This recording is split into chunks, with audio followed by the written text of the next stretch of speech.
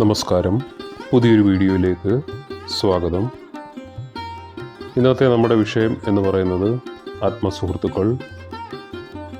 ആത്മസുഹൃത്തുക്കൾ ഇല്ലാത്ത ചില നക്ഷത്രജാതർ അഥവാ രാശിക്കാരുണ്ട്. എന്താണ് അതിന് കാരണം?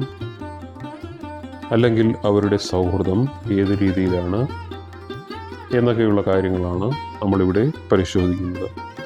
ദാമ്പത്യം പോലെ തന്നെ ജീവിതത്തിൽ പ്രധാനമാണ് സൗഹൃദങ്ങൾ.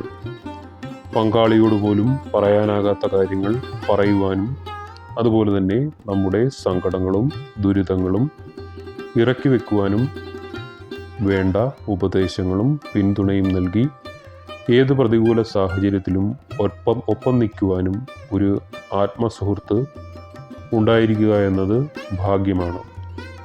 എന്നാൽ ചില ആളുകളിൽ ആത്മസുഹൃത്തുക്കൾ ഉണ്ടാകാറില്ല. എത്ര ശ്രമിച്ചാലും അവർക്ക് നല്ലൊരു സുഹൃത്തിനെ കിട്ടില്ല. അതിന് ചില കാരണങ്ങളുണ്ട്. ആ കാരണങ്ങൾ തേടിയുള്ള ഒരു യാത്രയാണ് ഇന്ന് നമ്മളുടെ. സുഹൃത്തുക്കളില്ലാത്തവർ എന്ന് പറഞ്ഞാൽ സൗഹൃദം ജീവിതത്തിലെ അഭിവാജ്യമായ ഘടകമാണ്.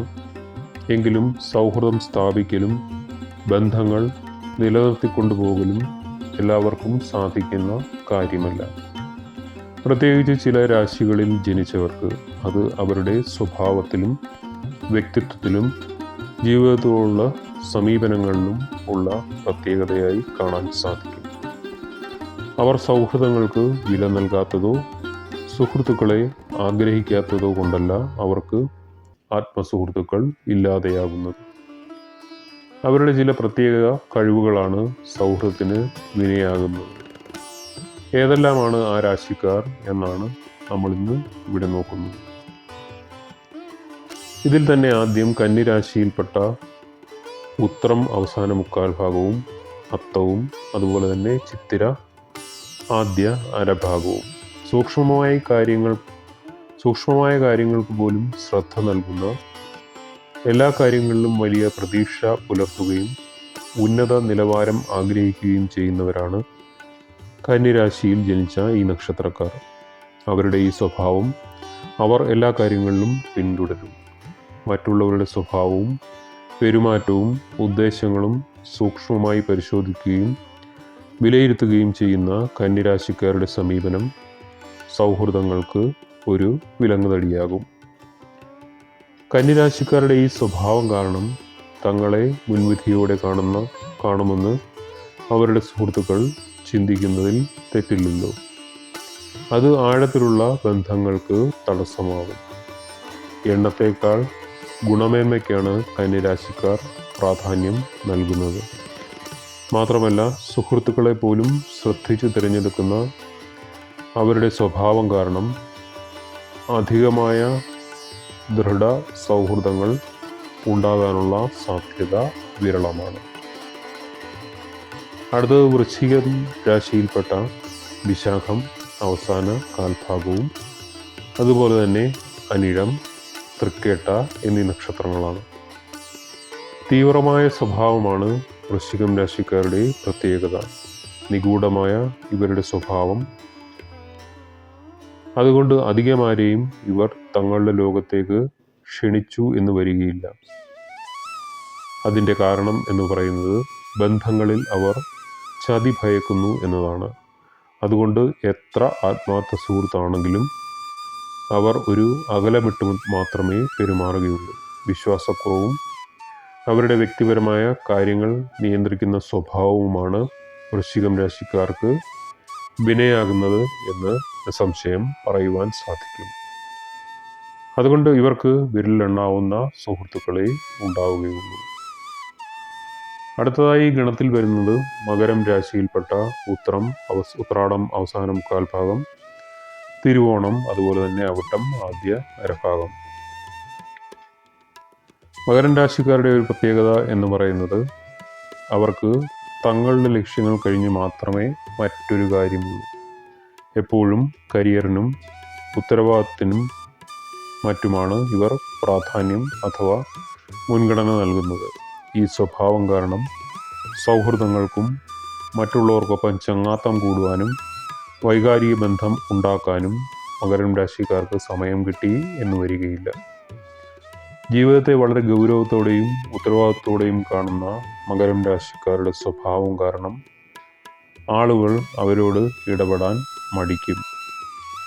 എല്ലാ കാര്യങ്ങളും സ്വന്തമായി ചെയ്യുവാൻ ആഗ്രഹിക്കുന്ന മകരം രാശിക്കാർക്ക് ആരെയും ആശ്രയിക്കുവാനും ഇഷ്ടമില്ലാത്തതിനാൽ സൗഹൃദങ്ങൾ നന്നേ കുറവായിരിക്കും. അടുത്തതായി വരുന്നത് കുംഭം രാശിക്കാരാണ്. കുംഭം രാശിയിൽപ്പെട്ട അവിട്ടം അവസാന അരഭാഗം, അതുപോലെ തന്നെ ചതയം പൂരുരുട്ടാതി ആദ്യ മുക്കാൽ ഭാഗം. കുംഭം രാശിക്കാർ വളരെ ബുദ്ധിശാലികളും പുരോഗമനപരമായി ചിന്തിക്കുന്നവരും ആരെയും ആശ്രയിക്കാതെ ജീവിക്കുവാൻ ഇഷ്ടപ്പെടുന്നവരും ആണ്.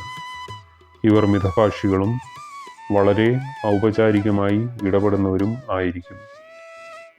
വൈകാരിക ബന്ധങ്ങൾ ഇവർക്ക് താല്പര്യമില്ല. സാമൂഹിക ഇടപെടലുകൾ ഇവർക്ക് ഇഷ്ടമാണെങ്കിലും നീണ്ടു നിൽക്കുന്ന സൗഹൃദങ്ങൾ ഇക്കൂട്ടർ സ്ഥാപിക്കാറില്ല. വളരെ പെട്ടെന്ന് ഒരാളെ പിരിയുവാൻ കുംഭം രാശിക്കാർക്ക് സാധിക്കും.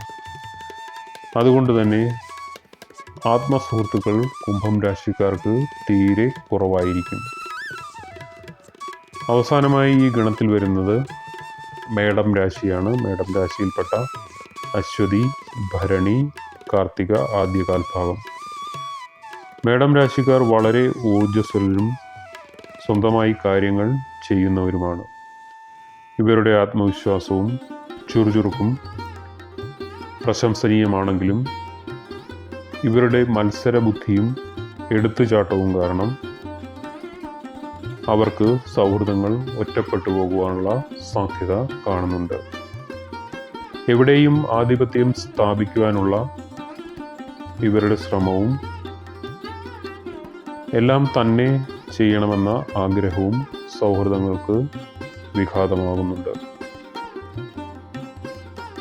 കൂടാതെ തന്നെ മറ്റുള്ളവരെ പെട്ടെന്ന് മനസ്സിലാക്കുവാനുള്ള ഇവരുടെ കഴിവ് ഒരു പരിധിവരെ സൗഹൃദങ്ങൾക്ക് വിനയാകാറുണ്ട്.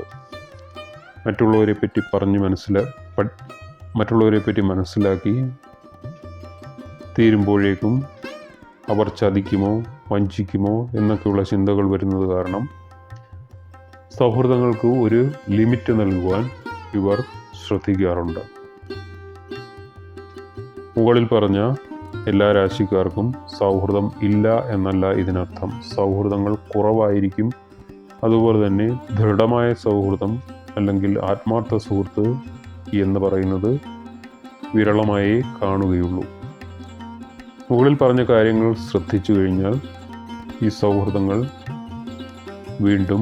വീണ്ടെടുക്കുവാനോ അല്ലെങ്കിൽ പുതിയ സൗഹൃദങ്ങൾ കൊണ്ടുവരുവാനോ ഇങ്ങനെയുള്ള ചെറിയ ചെറിയ മാറ്റങ്ങളിൽ കൂടി സാധിക്കുന്നതായിരിക്കും. അപ്പോൾ എല്ലാവർക്കും നന്ദി, നമസ്കാരം. ഇന്നത്തെ വിഷയം ഇവിടെ നിർത്തുകയാണ്.